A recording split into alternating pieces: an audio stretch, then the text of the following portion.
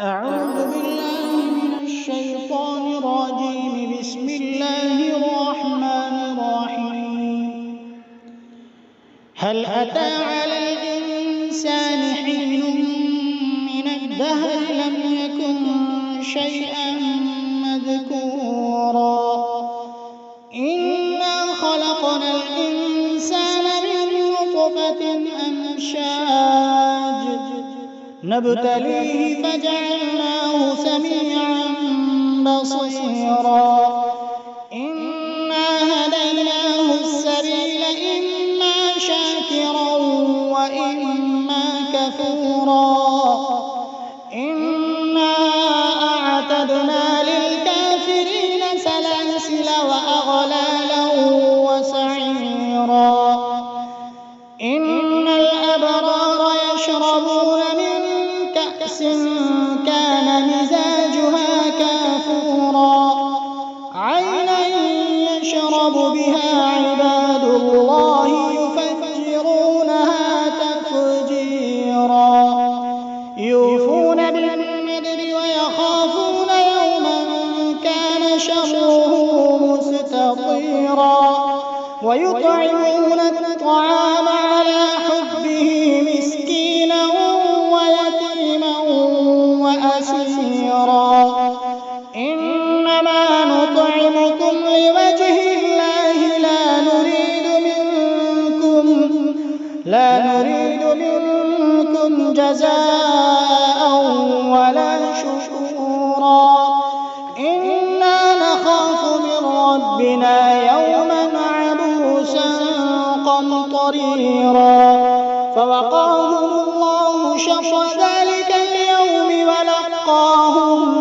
ولقاهم نضرة وسرورا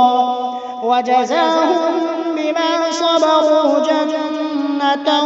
وحريرا متكئين فيها على الأرائك لا يرون فيها شمسا ولا زمهريرا ودانية عليهم ظلالها وذللت قطوفها تذليلا ويطاف عليهم بآنية من فضة وأكواب كانت قوارير من فضة قدروها تقديرا ويسقون فيها كأسا كان مزاجها زنجبيلا عينا فيها تسمى سلسبيلا ويطوف عليهم ولدان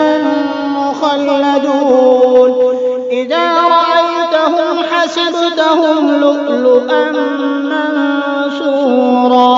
وإذا رأيت ثم رأيت نعيما وملكا كبيرا عاليهم ثياب سندس خضر واستبرق وحلوا أساور من فضة وسقاهم ربهم شرابا طهورا إن هذا كان لكم جزاء وكان سعيكم مشكورا إنا نحن نزلنا عليك القرآن تنزيلا فاصبر لحكم ربك ولا تطع منهم آثما أو كفورا واذكر اسم ربك بكرة وأصيلا ومن الليل فاسجد له وسبحه ليلا طويلا إن هؤلاء يحبون العاجلة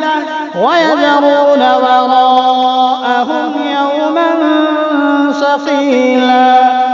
نحن خلقناهم وشددنا أسرهم وإذا شئنا بدلنا أمثالهم تبديلا إن هذه تذكرة فمن شاء اتخذ إلى ربه سبيلا وما تشاءون إلا أن يشاء الله إن الله كان عليما حكيما يدخل من يشاء في رحمته والظالمين أعد لهم عذابا أليما. صدق الله